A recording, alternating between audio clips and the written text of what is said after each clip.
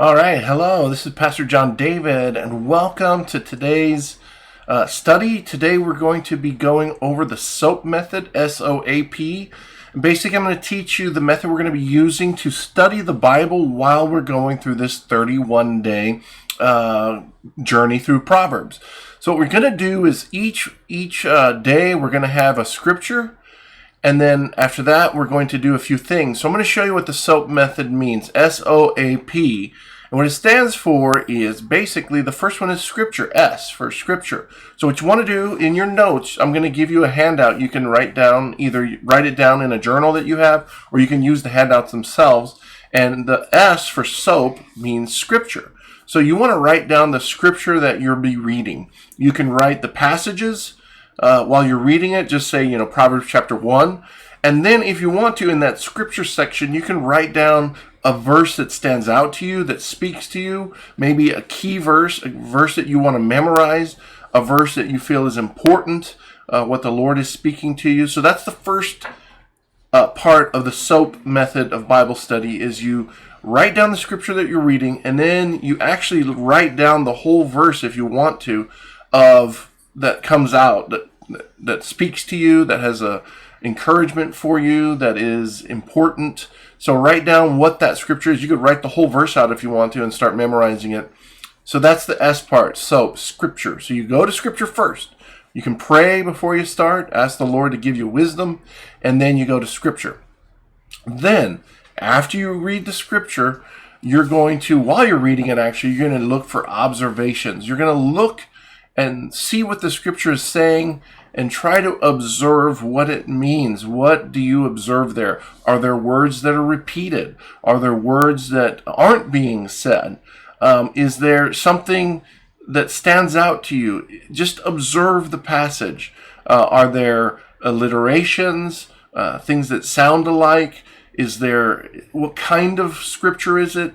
Now, Proverbs is easy. There are sayings, so it's poetic verse. Sometimes you're reading a part of the scripture and you observe it. It's a narrative. So you're going to understand that and take that a little differently than you would like a proverb, where you're kind of looking at these sayings.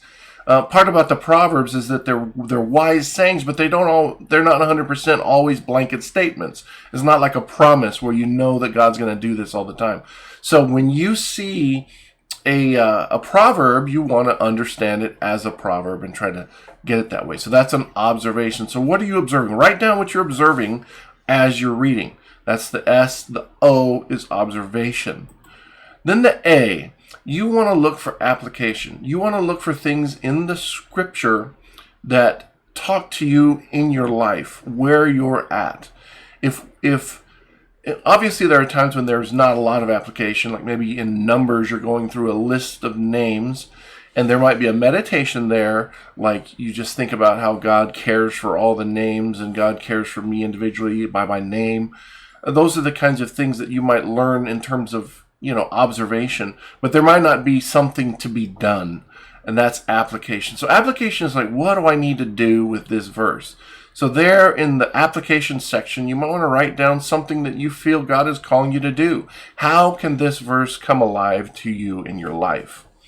So while we go over the different proverbs, we'll be going over, and I'll be giving you the scripture, that at least the verses that I'm reading. Now, as you read Proverbs on your own, you might find a different scripture the Lord emphasizes to your heart. That's great. Let that be your scripture.